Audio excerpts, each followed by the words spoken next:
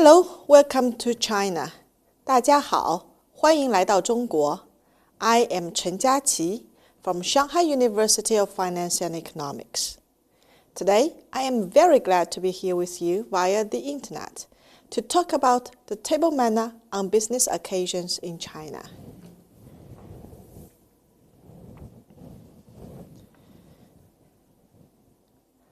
As you already know, China is a paradise for gourmet. Chinese people are favored of delicious food.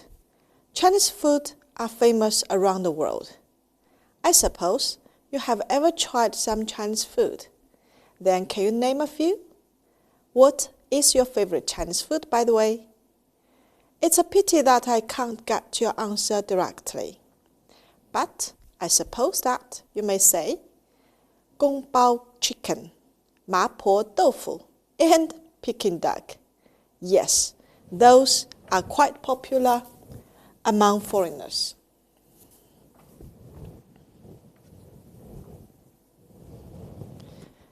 Have you eaten your meal?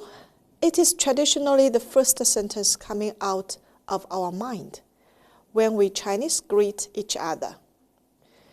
This daily greeting can best show that food culture is very important in our daily life. Whatever the occasion, whether it be for business negotiation or for family gathering, people like to dine together to make business negotiations successful or to strengthen family ties. Without dining together, all gathering might be regarded as not satisfying and not complete. Eating doesn't just mean filling the stomach. Being able to enjoy a good amount of food and knowing what and how to eat are all viewed as a good fortune. There's probably no other place in this world that has as great a variety of delicious food as China, and has as long and rich a food culture as China. This is a map of famous local specialties in China, like 小鸡炖蘑菇 in 卤肉火烧 in northern China, 螺蛳粉 佛跳墙 in the south, 火锅 in the west, 大闸蟹 and 西湖醋鱼 in the east. So in China, you can choose from a large variety of food choices, and you can always find what suits you. But I am not going to introduce the cuisines in China today.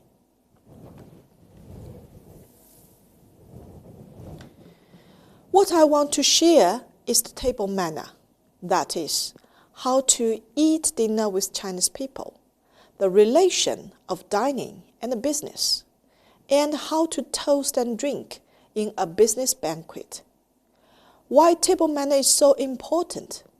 I have to say it is not only important in China, but also important in many other countries. Take Bill Gates, for example. He will have a test when interviewing the directors. That is, table manner plays an invisible but crucial role in job interview in his company, because he thinks the performance and the reaction at table will show one's habit, culture, and style, which are not told in the resume. And in China, having dinner is usually related to business, because Chinese people see business dinner as a social activity to negotiate, to bargain, to sign contracts, to talk about cooperation, and to do many things with jobs. So you can understand the importance of having business dinner and the importance of table manner.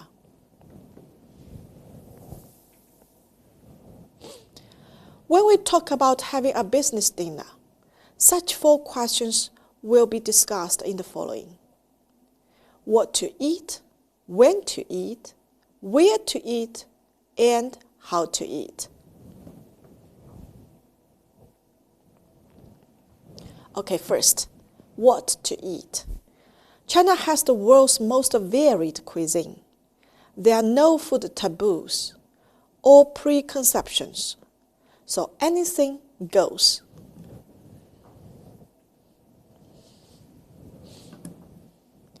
As a foreigner, you may not like to eat something that is staring back at you, or other creatures or flora that you are conditioned not to eat, such as insects, reptiles, flowers, roots, and so on.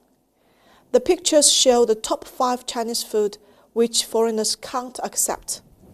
They are roasted piggy, pork intestine, chicken claws, fried silkworm, and stinky tofu.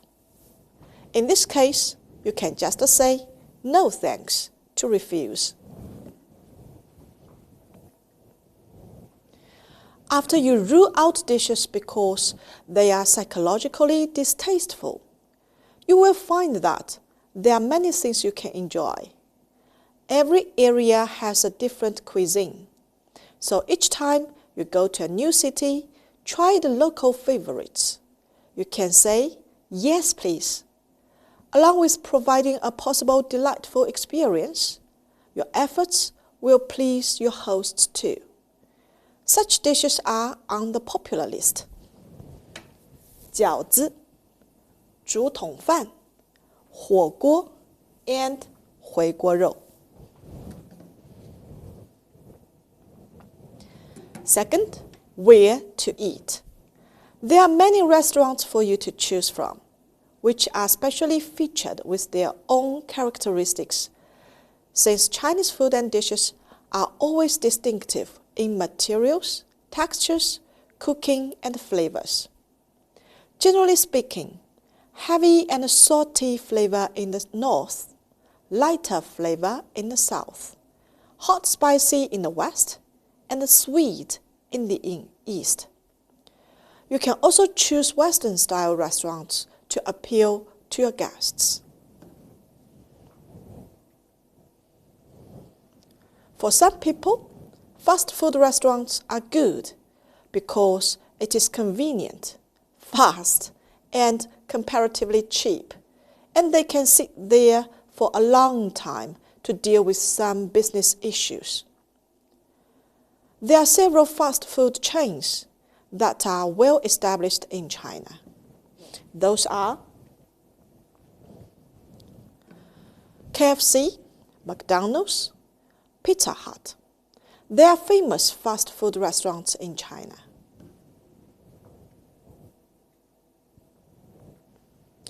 But for others, such places are neither quiet nor confidential, so they tend to choose a good restaurant to have dinner with business partners. A box, that is, private room, will usually be booked in advance to ensure the comfortable environment for dining. Usually, a round table will be set with bowls, plates, cups, glasses, and other utensils.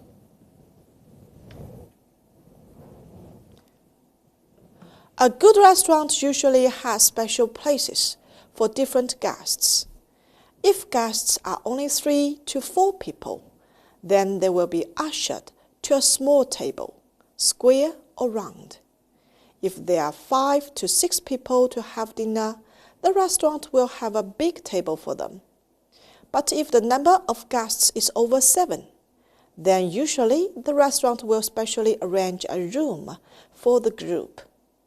If there are too many guests, say about 20, then the middle door of 2 adjacent rooms, which is movable, will be opened to make 2 separate rooms into a bigger one to contain the whole group of the guests.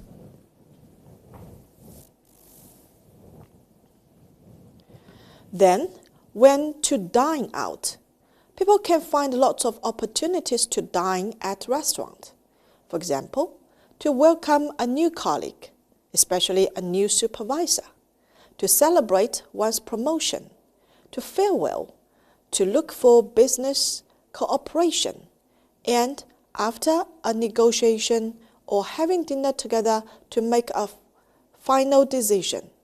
At this time, dining is more than eating to fill stomach. It also has social purpose.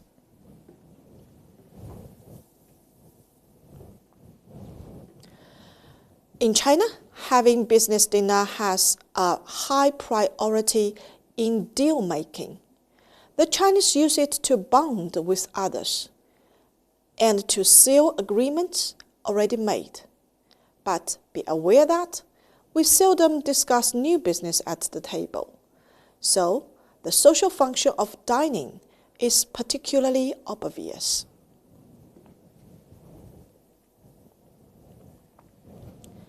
Now let's look at the details on having a business dinner, from booking, sitting, ordering, eating, and after eating activities. Before having dinner, the host needs to know the personal likings or any food taboos of the guests. You will go to restaurants, not to personal homes. And if it is a middle or large-size group, the host will arrange a private room at the restaurant. Most of the nicer restaurants have private rooms. And if you are hosting a meal for others, seek to arrange one. The host needs to arrive at the restaurant 30 minutes before to prepare everything. Usually the table is round, not square, for a large group of guests. In this case, facing the door is for the most important guest and the host, with guests sitting in the right side of the host. They should sit far away from the door. Beside them, there will be other guests or the people in the host company in turn, based on rule from the higher positions to lower positions. So you can see the seats back to the door are for the least important people. By the way, if people are not too crowded at a table, the seat directly back to the door is often vacant for the waiter or waitress to serve dishes. Generally, there are 10 people at most sitting around a table, but sometimes, to save money or to show intimacy, there will be up to 12 to 13 people sitting around a table. But over 14 is too crowded, and they will be separated into two groups and sit around two tables. Sometimes the secretary or assistant of the host company will order some dishes first when they are booking. If not, the host will make an order when we sit down. Hot tea and menu will be served first. This is the time for ordering. The guests will be invited to order some dishes they like. At the moment, guests can let the host decide, or just order one or two for all the tastes, not too many. Order cold dishes first, hot dishes the second, soup and staple food like rice or noodles next. Drinks such as juice, beer or wine the last, as the menu shows on different pages. The numbers and the sequence of dishes to be ordered generally follow such tips. First, cold dishes. You can find vintage wines or alcohol drinks, and the most popular dishes or the specialties served in the restaurant at the first couple of pages on the menu. After that, there are cold dishes. At good restaurants, guests can see what the dishes look like directly from the picture, and the interpretation in both English and Chinese under the picture, so they can understand what the foods are and which they can choose. We usually order cold dishes as many as the 60 to 80% of the number of all the people having dinner at a table. For example, if there are 10 people at one table, we usually order 6 to 8 cold dishes. And the cold dishes will be served by the waiter or waitress first. Second, hot dishes. We usually order as the number of the guests. But if there are more male diners, then we will add 20 to 50% more. There are many hot dishes, since the menu will show a large variety of hot dishes for selection. Sometimes you can find red thumbs beside the picture to show the degrees of popularity among the guests. Sometimes you can find some red peppers beside the picture, which show how much spicy hot the dish could be. So if you can't accept any spicy food, then avoid to choose anyone with red pepper signs. And you can find a regular pattern, that is seafood and meat first, vegetables next. At the same time, you can also find the price listed under the food picture. Accordingly, hot dishes will be served after cold dishes, with the order of meat first and the vegetables next. As for the proportion of meat and vegetables, it depends. If there are more males than females, meat courses will be a little more.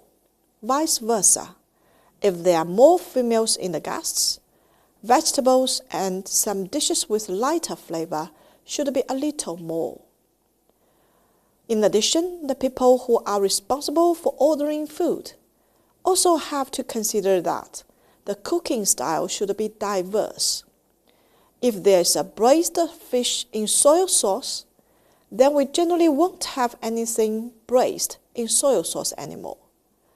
We may choose other cooking style, like fried, steamed, or stewed. Third, the soup. We usually order a big one for a whole group to use, and it will be served after hot dishes or between hot dishes. We can also order a small one for each person, which is a common practice in Cantonese restaurants. In this case, soup will be served before the hot dishes. Sometimes, the waiter and the waitress will help to spoon up the big soup to each guest. But if they are too busy, guests will help themselves. And at this time, secretary will often help to do that.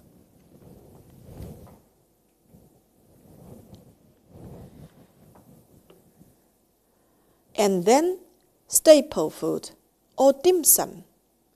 Chinese people will eat rice, noodles, 饺子, and other cooked wheaten food as our staple food. They can be simple or complex. For example, cooked rice without anything else, or fried rice with other ingredients like sausages, eggs, and vegetables such as onion, carrots, and greens. We usually order a big portion of rice or noodles for the whole group. But if there is a large group, say 8 to 10 people, we will order 2 to 3 different types of staple food with enough amount to cater for different tastes and fill the stomach. By the way, the dim sum should also match with the soup, which means salty dim sum with salty soup and sweet dim sum with sweet soup. Last, drinks. It's usually juice, beer, or wine. There will be a great variety of juice: apple juice, orange juice, watermelon juice, mango juice, corn juice, you name it. Such juices are fresh and popular. Each person will have a drink, either juice or wine. Beers are usually not for formal occasions. They are for relaxing parties, like welcome or celebrations, friends gathering, or in bars or karaoke instead. All prices will be listed clearly on the menu. For the host, they need to think about the budget and the importance of the guests and the importance of the dinner. The host will also get the right to order into his own hand. He will control and make good preparation. Here is a picture to show you a sample menu. As you can see from the menu, there are different categories, that is, cold dishes, hot dishes, desserts, and soup. Of course, this is a simple one. At a good restaurant, the menu is made into a glossy booklet with many dish pictures on different pages. After ordering, guests and the host will have to wait. At this time, it's a good time to communicate. Pouring tea, serving tea, drinking tea while chatting is a usual practice. In some restaurants, 2 or 3 appetizers free of charge will be laid on the table, and towels, hot in winter, will be given to guests to clean hands. Don't clean face, by the way. It's weird. Then juices and wines will be served. Waiter or waitress will help to pour the beverage, but usually we will help ourselves to pour and pay attention to the order of serving drinks to others. Guests first, VIP first, the senior first. Me is the last. Next, cold dishes are served. Then, the hot dishes, soup, and staple food will come one after another. Don't forget, in Cantonese restaurants, soup is usually served before any dishes. After all cold dishes and the first hot dish are served, the host will toast and everyone at table will raise his or her glass to chink and cheers. Usually the host will thank the guests to be present here and wish good cooperation, better understanding, more communication, or good health. Then everyone clink the glass to each of the others. You don't have to drink a lot, especially for ladies. Have a job, that's okay. But please pay attention. Don't leave any lip prints on the glass, no matter how beautiful the lip prints could be.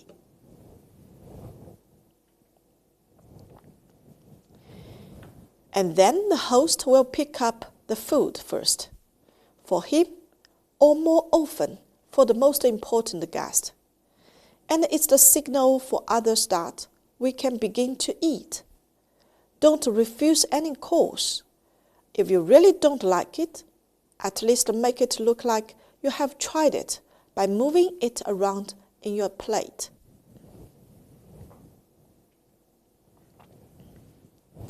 This is a picture to tell you what utensils will be put in front of you.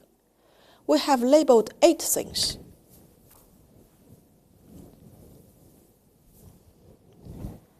The first one is teacup for hot tea. The second is the spoon to get food or soup. The third is the bowl to hold food or soup. Number 4 is a small plate for you to spit out the bones and other wastes. Number 5 is a big plate, which is just for holding all the things on it and actually has no other use. Number 6 are the chopsticks, used to pick up the food. Number 7 is a small saucer for holding sauces or vinegar. Number 8 is to rest the chopsticks. The bowl and spoon will be replaced with a new set to have soup or some desserts, but generally only once. The small plate will be replaced with a clean one when necessary. It's important that you learn to use chopsticks. Hold the bottom chopstick stationary against your ring finger or ring and middle fingers, and then move the top stick up and down with your index finger to open and close. So look at me. You can use 2 pens to follow me to learn how to use the chopsticks. To practice, you can use chopsticks to pick up peanuts first and then peas to make perfect.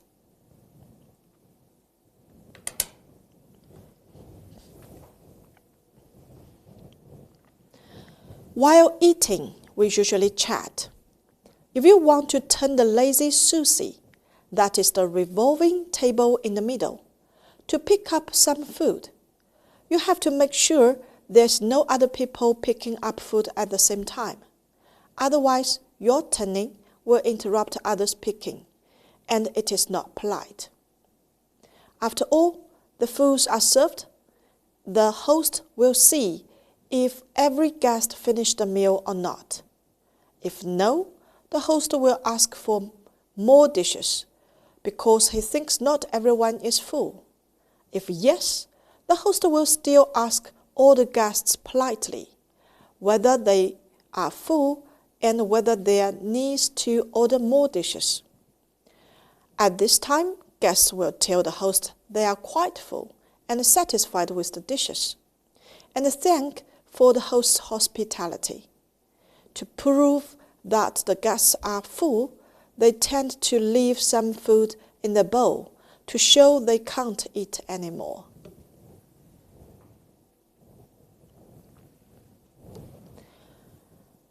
After finishing the dinner, it is customary to leave the bill to the host. In China, the host will lose face and feel embarrassed if he doesn't pay as the host. You may offer to pay if you know the host very well in a private meeting, but do not insist. You can tell the host that you will return the favor next time. That means you need to show you are willing to be the host for the next gathering.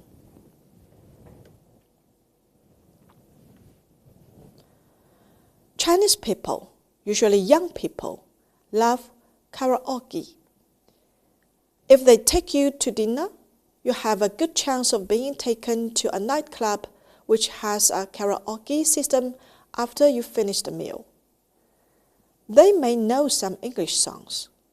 You should do the best as you can with a few of the famous English songs that they like. Mostly oldies. You can make a huge hit by singing a popular Chinese song. It will take some practice, but you will see that their reaction makes it more than worthwhile.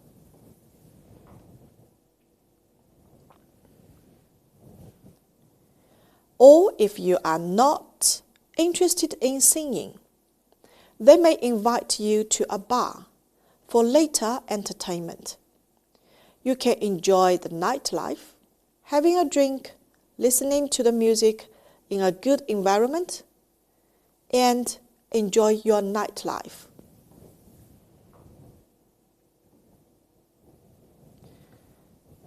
Let's watch the first video to see the real situation. Welcome back to Local Lao Wai, the show that gives you everything you need to know for a smooth transition to life in China. I'm Donnie Newman. Last time, we showed you how to make your way to your private banquet room, make a great impression on your host, and find your correct seat around the banquet table. But it's at the table where the contest begins in earnest, and there are still plenty of rules to this game that we need to know. For the sake of clarity, we're going to separate these rules into 2 different categories, food and drinks. And today, we're going to focus on food. You may think that eating would be the easiest part about attending a banquet. And for the veteran, eating can be, and usually is, a very enjoyable experience. But for the banquet rookie, there's a whole plethora of unspoken rules that you need to know about. And here are the most important.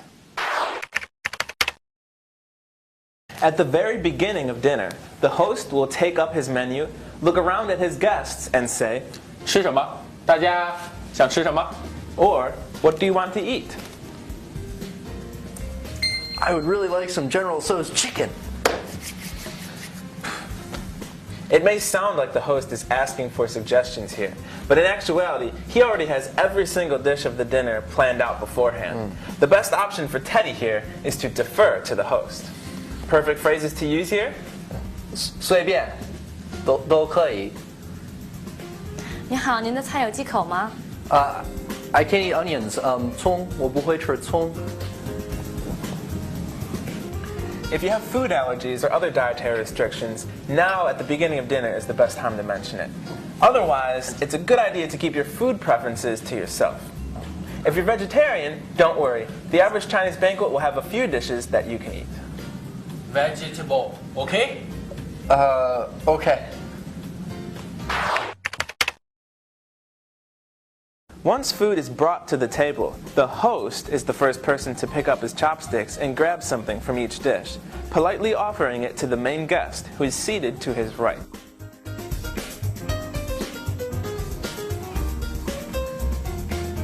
Once the host takes food from a given dish, that plate then becomes fair game for the whole party.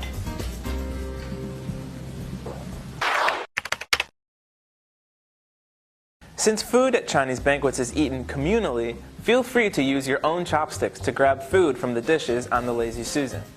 However, some particularly slippery dishes like tofu or noodles may come with their own communal use spoon called gongshao.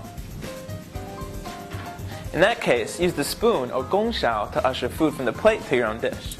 Remember, that spoon doesn't touch your own mouth.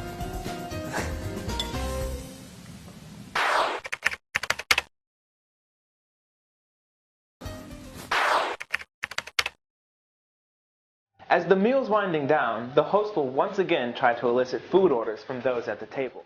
大家都吃饱了吗？还想吃点什么？